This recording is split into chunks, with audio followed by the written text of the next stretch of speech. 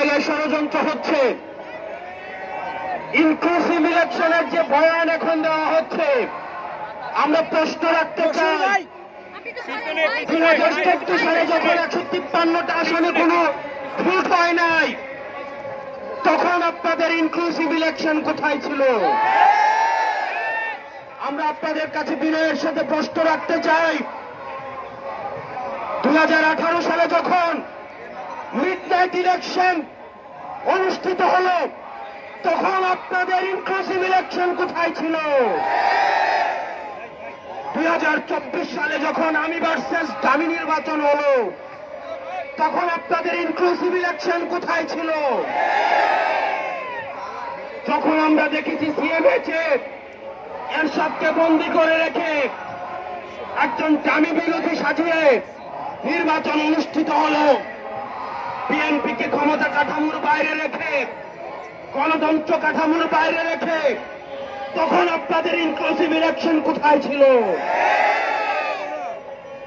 যেই বাংলাদেশে 2000 শহীদের রক্তের দাগ এখনো শুকায় নাই, সেই বাংলাদেশে আওয়ামী লীগের সাথে কোন ইনক্লুসিভিটি দেওয়া হবে না। সেই বাংলাদেশে এখনো পর্যন্ত শাপলা হত্যাকাণ্ডের বিচার হয় নাই, পিলখানা হত্যাকাণ্ডের বিচার হয় নাই, ভারত বিরোধী আগ্রাসন হত্যাকাণ্ডের বিচার হয় নাই, আপনার হত্যাকাণ্ডের বিচার এখনো পর্যন্ত সুনিশ্চিত হয় নাই। যে বাংলাদেশে জুলাই গণঅভ্যুত্থানের বিচার হয় নাই, যে বাংলাদেশে গুম হত্যা এখনো পর্যন্ত বিচার নিশ্চিত হয় নাই, সেই বাংলাদেশে আওয়ামী লীগের সাথে কোন ইনক্লুসিভিটি হইতে পারে না। আমরা স্পষ্ট করে বলতে চাই, আপনাদের যাদের কাজ ক্যান্টনমেন্টে, আপনারা ক্যান্টনমেন্টেই থাকুন। আমরা আপনাদের প্রতি শ্রদ্ধা জানাই, সম্মান জানাই। দেশের সার্বভৌমত্ব রক্ষার ক্ষেত্রে আপনাদের যে অবদান রয়েছে সেটাকে আমরা স্বীকার করে নেই, কিন্তু আমরা বলতে চাই, রাজনৈতিক পরিমণ্ডলে আপনারা ক্যান্টনমেন্ট থেকে গত 16টা বছর যেভাবে লগ্ন হস্তক্ষেপ করেছেন, যেভাবে ক্যান্টনমেন্টের বিভিন্ন দপ্তর উপদপ্তরের মধ্যে দিয়ে আপনারা রাজনীতিতে যেভাবে মূল্য হস্তক্ষেপ করেছেন, 24 পরবর্তী বাংলাদেশে রাজনীতি নিয়ন্ত্রণ করবে শুধুমাত্র রাজনীতিবিদরা। আপনারা তখন কোথায় ছিলেন?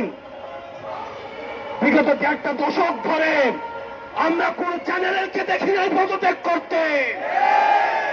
দেশে এত অন্যায় অবিচার, এত খুন হত্যা হয়েছে, এত জুলুম প্রতিষ্ঠিত হয়েছে, আমরা কোন সচিবকে দেখি নাই পদত্যাগ করতে। একটা চ্যানেলের কি মেরুদণ্ড সোজা ছিল না? আপনারা তখন কোথায় ছিলেন? আমরা কাউকেই দেখি নাই ও অন্যায়ের প্রতিবাদ করে কেউ চাকরি থেকে পদত্যাগ করতে। আমরা আপনাদের সাথে বিনয়ের সাথে, আমরা আপনাদের কাছে বিনয়ের সাথে আমরা আহ্বান জানাবো, আমরা একটি প্রপার একটা ডেমোক্রেটিক ট্রানজিশনের অপেক্ষায় রয়েছি, যে গণতান্ত্রিক প্রক্রিয়ার মধ্য দিয়ে আমাদের যে ন্যূনতম সংস্কারগুলি রয়েছে, এই সংস্কার প্রক্রিয়া শেষে আমরা একটি ফ্রি ফেয়ার অ্যান্ড পার্টিসিপেটরি নির্বাচনের মধ্য দিয়ে, যেটি গত 1.5 দশক ধরে রাষ্ট্র কাঠামোর সহযোগিতায় এই গণতান্ত্রিক পরিবেশের কে আপনারা নষ্ট করেছেন, আমরা সেই পরিবেশে ফিরিয়ে দিতে চাই।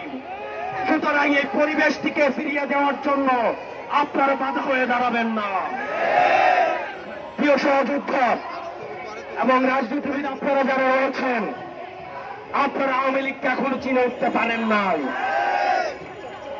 শহীদ জিয়াউর রহমান আওয়ামী লীগকে পুনর্বাসন করেছিলেন, উনাকে তার জীবন দিয়ে সেই দায় মেটাতে হয়েছে। জামাতে ইসলামী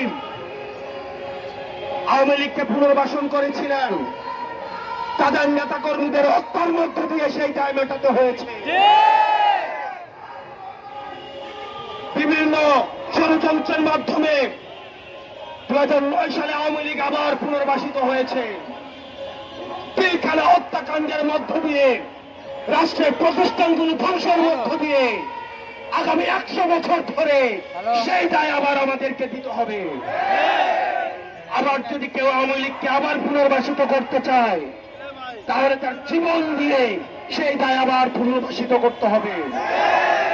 প্রিয় সহযোদ্ধা, আমরা আপনাদেরকে বলতে চাই, পরবর্তী বাংলাদেশ হবে next Bangladesh is without Awami League.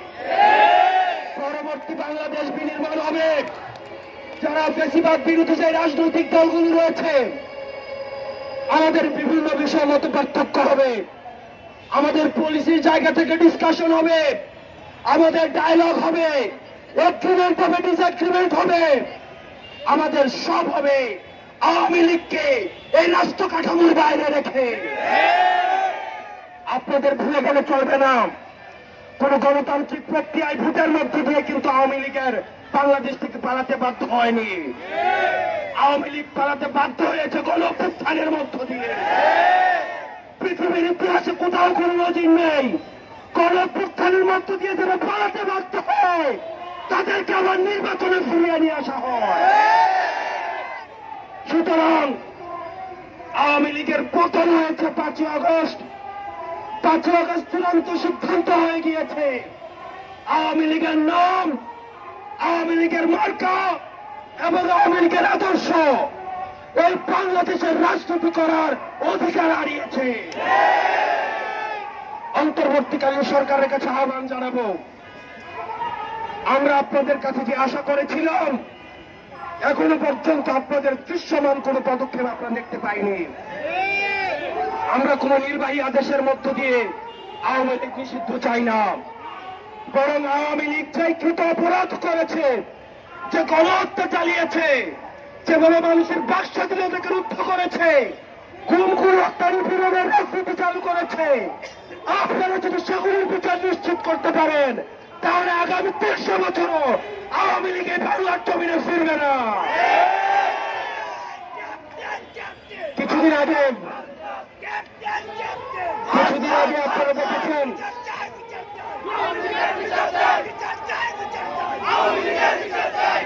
আপনারা কিছু